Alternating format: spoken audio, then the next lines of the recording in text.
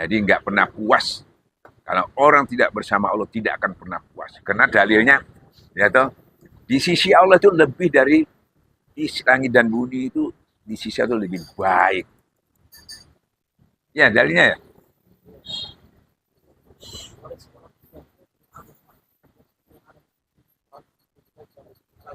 Ini apa sih? Peristiwa yang ngono sih. Di sisi duit, di sisi bojo, di sisi apa sih? Diwaca tok ae. Di sisi Allah itu lebih baik dari si dunia ini. Ya apa? Bukan boleh, bukan. Nah, kamu di dunia diuji. Pilih ini apa pilih aku? Nah, kalau kita ya pilih Allah. Kalau pilih Allah dunia dapat, ini dapat. Kalau pilih ini dunia dapat, akhirat nggak dapat, Allahnya nggak dapat. Kalau pilih Allah dapat dunianya, karena kita tinggal di dunia dapat kan itu dua. Ini kalau pilih ini, ya ini nggak dapat. Ya, dalilnya itu yang harus dipahami. Nah, akhirnya dikeluarkan. Setelah dikeluarkan, baru tahu dirinya itu, baru tahu diri, baru tahu Allah, baru kenal.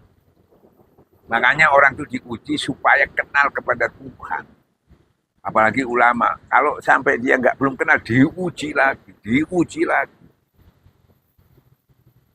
Kita sudah bertorekat itu diuji. Karena kamu ngomong, saya sudah dekat kepada Allah, saya sudah begitu. Kalau kamu mengaku beriman, tak uji dulu. Tahu-tahuannya, oh masih berimannya ini masih 40%. Diuji, naik 60. Ya, atau kamu bang, saya sudah 60. Tidak begitu aja kamu mengaku beriman, tak uji lagi, naik 70.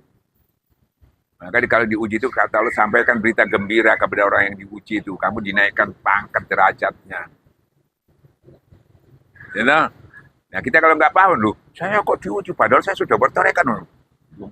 Makanya harus ada guru nih. Kamu nggak paham, gurunya yang kasih paham. Kamu ada guru mikir-mikir dewe, bingung kamu. Nah, selanjutnya dia baru sadar, Robbana dolam, ya Allah aku ini zalim, aku ini salah ampuni aku ya Allah, ngono. Baru tawaduk, baru tahu diri, iya aku ini sombong dah, aku ini gak tahu diri, ngono. Baru sadar, baru dia kenal dirinya kan, baru dia iya. Nyerah dia baru tawaduk. Nah, setelah dia nyerah, baru dia kena mengaku bersalah, diampuni sama Allah, terus diajarin dia. Jangan sampai terulang lagi. Dan menjadi contoh buat umat. Kalau dia memakai kalimat la ilah lo ditalkinkan. Apa dasarnya waktu Nabi Adam ditalkin ayatnya? Uh-uh.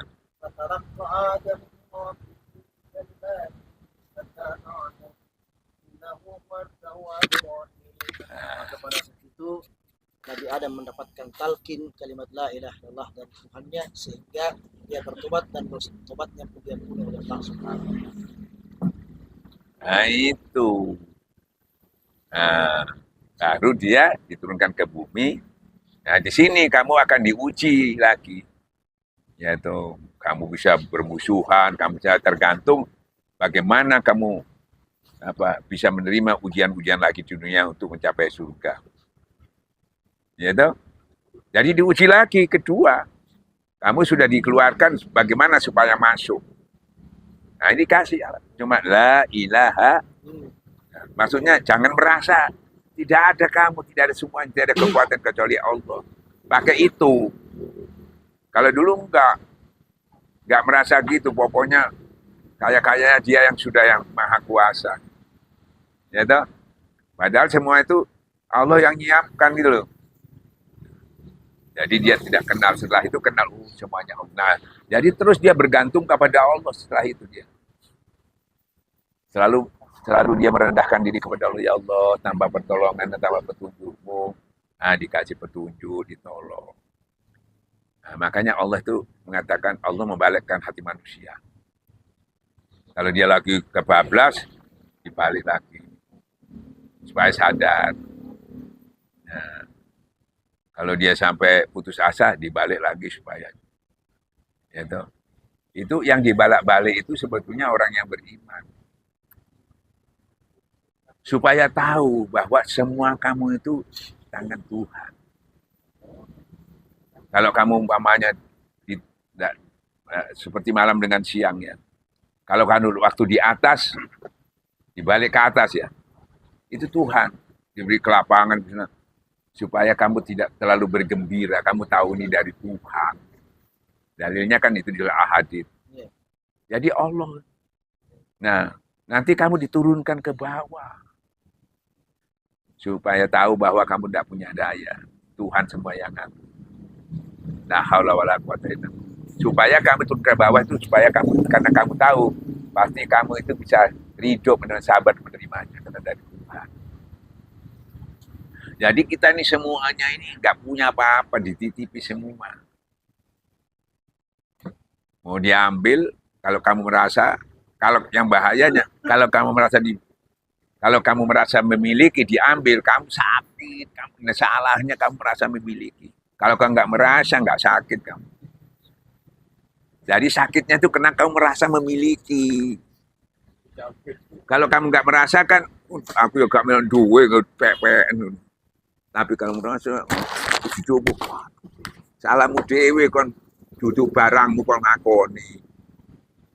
Ini sulit. Nah, itu kita paham